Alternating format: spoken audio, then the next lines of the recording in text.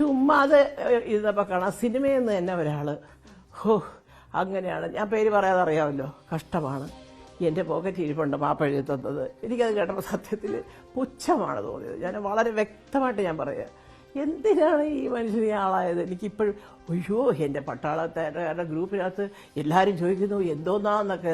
ഏത് പട്ടാള ഗ്രൂപ്പ്? ആ ഗ്രൂപ്പിലൊക്കെ എൻ്റെ മക്കളും ഉണ്ട്, സൈനിക സ്കൂളിൽ പഠിച്ചവരാ.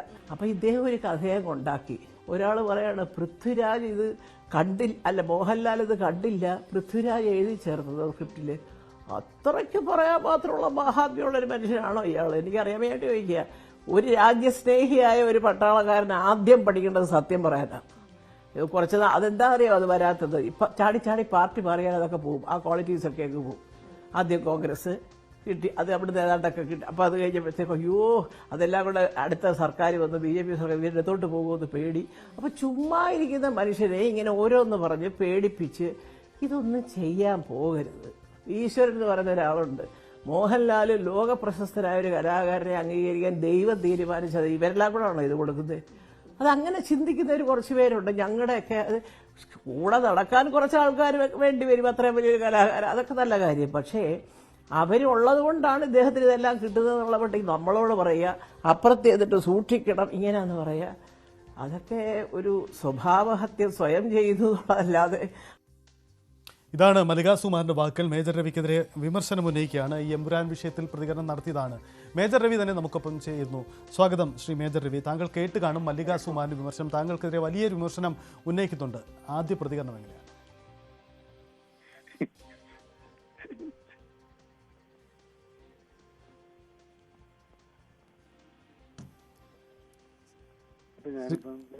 എനിക്ക് വളരെ റെസ്പെക്ട് എല്ലാം ഉണ്ട്. പക്ഷെ ആദ്യം ഫാക്ടുകൾ മനസ്സിലാക്കുക. പാർട്ടിയുടെ കാര്യം പറയട്ടെ. ചാടി ചാടി പാർട്ടി മാറുന്നു. എനിക്ക് ഒരു തന്തയാണ്, അതിപ്പോ പറയുന്നതിന് സോറി, ഇങ്ങനെ പറയുന്നതിൽ ഏതെങ്കിലും സ്ഥലത്ത് ഇന്ത്യ മഹാരാജ്യത്തിലെ ഏതെങ്കിലും ഒരു പാർട്ടിയിൽ ഞാൻ മെമ്പർ ആയിരുന്നു എന്നുള്ളത് ഇവർ പറയുകയാണെങ്കിൽ അന്ന് ഞാൻ എൻ്റെ ജീവിതം അവസാനിപ്പിക്കുന്നില്ല. അന്ന് അവർ പറയുന്നത് ഞാൻ കേൾക്കും. ഓക്കെ, നമ്പർ 1 അത് പ്രൂവ് ചെയ്യണം.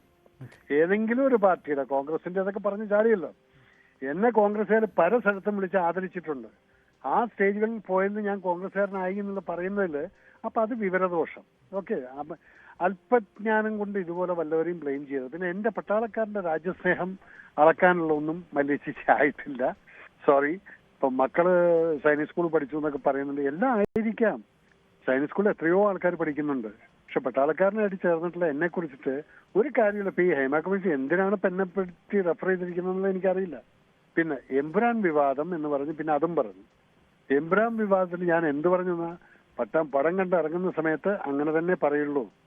അതുപോലെ ഇത്രയും വർഗവിദ്വേഷം ഉണ്ടാക്കുന്ന ഒരു സിനിമ സബ്ജക്ട് ആയിരുന്നു എന്നുള്ളത് അത് ഞാൻ ഓരോന്നിറന്നങ്ങ് എടുത്തങ്ങ് പരസ്യമായിട്ടങ്ങ് പറയാൻ തുടങ്ങിയാൽ, ഈ സിനിമയായിട്ട് ആദ്യം തുടക്കത്തിൽ തന്നെ പോയിട്ട് ഒരു ചാനൽ വ്യക്തിയോട് സംസാരിച്ച സമയത്ത് അദ്ദേഹം പറഞ്ഞില്ലേ ഇത് പ്രശ്നം ഉണ്ടാക്കുമെന്നുള്ളത് 1 വർഷം മുന്നേ. എന്നെ കൊണ്ട് പറയിപ്പിക്കരുത് എന്നുള്ളത് മാത്രമേ എനിക്കുള്ളൂ.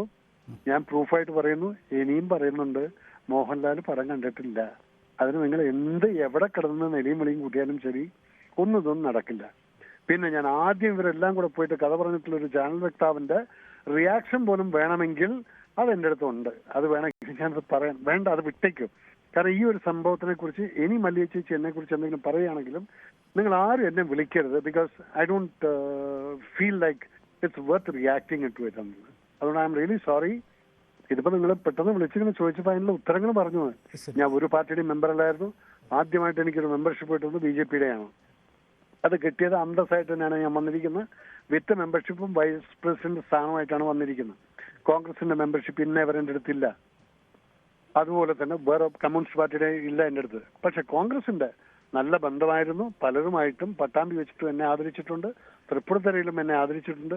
ആ ആദരിക്കാൻ കോൺഗ്രസ് പാർട്ടി എന്നെ അതിന് അങ്ങനെ ആദരിക്കപ്പെടേണ്ട ഒരു വ്യക്തിയാണെന്ന് അവർ തീരുമാനിച്ചിട്ടുണ്ടെങ്കിൽ I am really saluting that party. But I was not a member of it. പിന്നെ മെമ്പർഷിപ്പ് തന്നിട്ടുള്ളതും പാർട്ടിയുടെ ഓൾ ഇന്ത്യ ജനറൽ സെക്രട്ടറി ആയിട്ടുള്ള അല്ലെങ്കിൽ പ്രസിഡന്റ് ആയിട്ടുള്ള നദ്ദാജിയുടെ കയ്യിൽ നിന്നാണ് എനിക്ക് BJPയുടെ മെമ്പർഷിപ്പ് കിട്ടിയിരിക്കുന്നത്. ഇനിയെങ്കിലും ഈ പ്രൊപ്പഗണ്ട വല്ലവരും പറയുന്നതും കേട്ടിട്ട് മല്ലിക ചേച്ചി ഒന്നും പറയരുതെന്നുള്ളതൊന്ന് പറഞ്ഞേക്കും. ഞാൻ ഒരു പാർട്ടിയിലും ചാടിയിട്ടില്ല. ഇനി ഞാൻ ചാടാനായിട്ട് പോകുന്നില്ല. പക്ഷെ ഉണ്ടെങ്കിലും ഈ BJPയുടെ അലയൻസുമായിട്ട് അല്ലാതെ വേറെ ഒരു സംഭവത്തിലും ഞാൻ ഉണ്ടാവില്ല. ഇല്ലേ, പാർട്ടി ഇല്ലാതെ ഞാൻ വീട്ടിലിരിക്കും. അപ്പൊ അതുകൊണ്ട് ഈ വെറുതെ ഇല്ലാത്ത കാര്യങ്ങൾ ഇങ്ങനെ പറയുമ്പോൾ അതിന് ഞാൻ അതുപോലെ മറുപടി കൊടുക്കാൻ നിന്ന് കഴിഞ്ഞാൽ എന്താണെന്നറിയോ, it will be very unpleasant.